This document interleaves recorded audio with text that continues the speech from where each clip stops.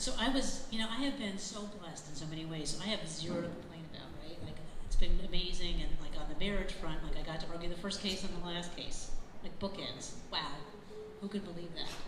I will say, however, that I am an incredible preparer, and what had happened was we had actually won marriage throughout all the New England states by the end of 2013. And in 2013, the Supreme Court had struck down DOMA, something that I'd been deeply involved in. And so I sort of came off the field for a while. But then after the DOMA decision, turned out there were just cases popping up all over the country saying, we want to get married too. Like, clearly the federal courts are not as hostile as people feared. And so I got pulled back in, and one of the cases I was helping with was from Michigan, with these incredible women who actually have adopted 5 children,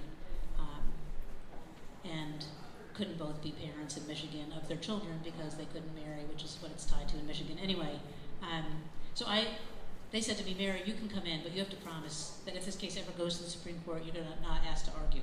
I said, no problem, not looking for that, I just want to be helpful. I helped in New Mexico, helped in Utah, helped in all kinds of places.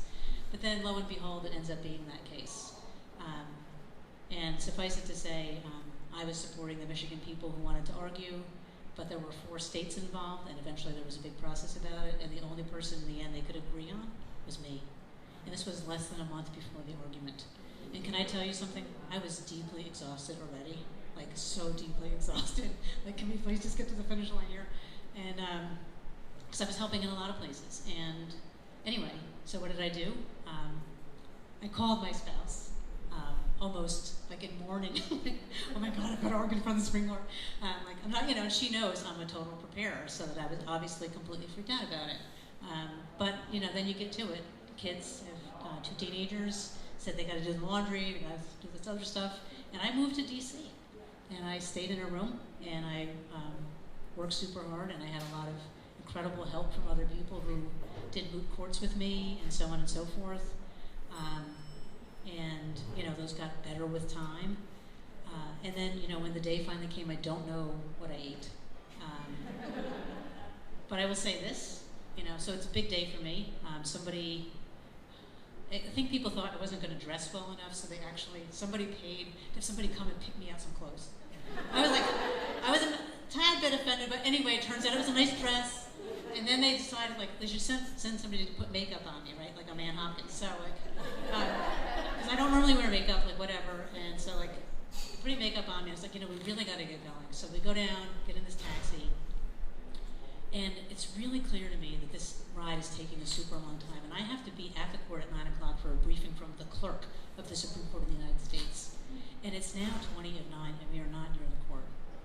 And then he drops us off at an office building, which is not the Supreme Court.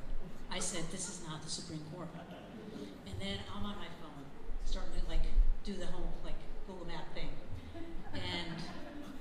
And then I find, so then he's at least heading in the right direction, but he's not an aggressive driver. He can't take a left, So, you know what? I finally just said, I'm out of here. And I jumped out of the car. And I dragged my bag to court. And I made it on time. So that's how the day started. Except then, so it was a little stressful to start, but then I got in the court and my kids were there.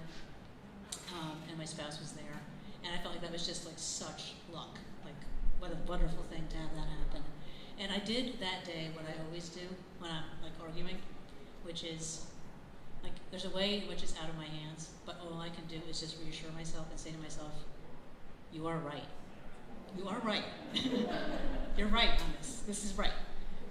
And so, went into the courtroom at the sort of last couple of minutes. It was jammed. I'd never seen the Supreme Court so jammed. They had all kinds of extra chairs in there and so on and so forth. And I was the first up. I was the only woman, and I was by far the shortest person. Everybody was towering. And plus, on the bench, they're all way up there.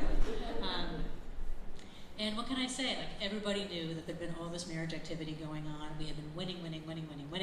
They obviously were going to have a lot of feelings about it. It was going to need to come out. And so it did. And, mostly, what did I hear from? I mostly heard from the opponents, the people who dissented. I had to answer a lot of questions about polygamy. Justice Scalia at one point almost pretended like he had never read the First Amendment and the clergy were going to be forced to marry people. I actually thought about saying, haven't you read the First Amendment? But I didn't. You know. So anyway, you know, it's amazing how quickly a half an hour goes.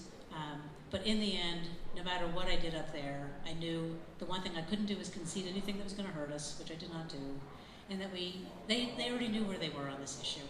You know, they knew.